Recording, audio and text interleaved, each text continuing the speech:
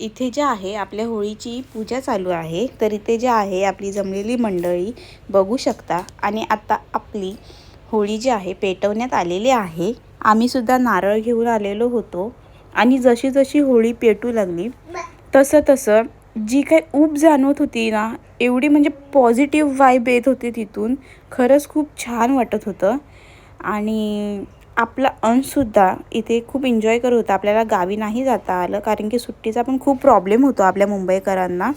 गावीसारखं नाही जाता येत, म्हणजे सुट्टीमुळेच, बाकी इतर काही नाही। पण आम्ही जे आहे पालखीला जाणार आहोत आणि अंश जो आहे आपला इथे खरंच खूप एन्जॉय करत होता।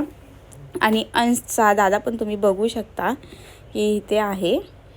त्याचं काहीतरी वेगळंच चालू होतं, त्याला होत होतं गरम, तो बोलत होता मला थंडी लागते।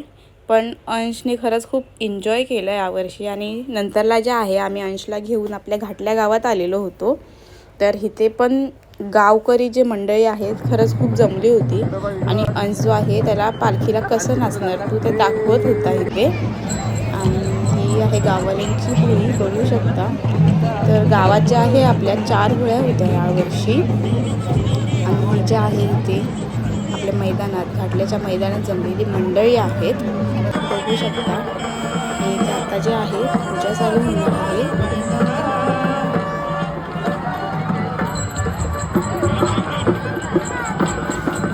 आणि इथे जमलेले आपले समस्त घाटलेकर बघू शकता होळीची पाया पडण्यासाठी किती मोठ्या प्रमाणात इथे जे आहे जमलेले आहेत।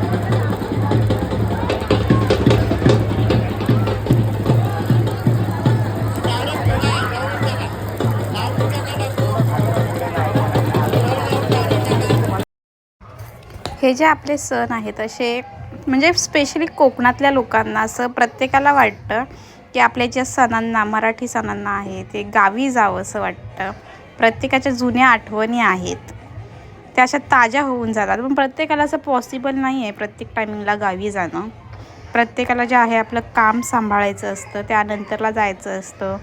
काही लोकांचं असं असतं, अरे मी आता काम नाही केलं तर मला पुढच्या महिन्यात पेमेंट काय आहे, त्यामुळे नाही पॉसिबल होत। घंटाडॅन तर ते बघू शकता आमच्या बाजूच्या आहेत त्या अक्षता वहिनी, त्यांनी मला दिलेली आहे पुरणपोळी। तर मी तुम्हाला खाऊन दाखवते कशी झालेली आहे ती। खरंच खूप छान झाली होती पुरणपोळी, मला खूप आवडली। मी काय ह्या भानगडीत पडत नाही कारण की माझ्याच्यानं काही होत नाही। मी तुम्हाला खाऊन दाखवतेच आहे। खरंच तोंडात विरघळ येईल इतकी सॉफ्ट झाली होती पुरणपोळी। मला तर काही या जन्मात जमणार नाही मला असं वाटतंय। मी एकदा बनवली होती पुरणपोळी पण ती भाकरीसारखी जाड झालेली, तेव्हापासून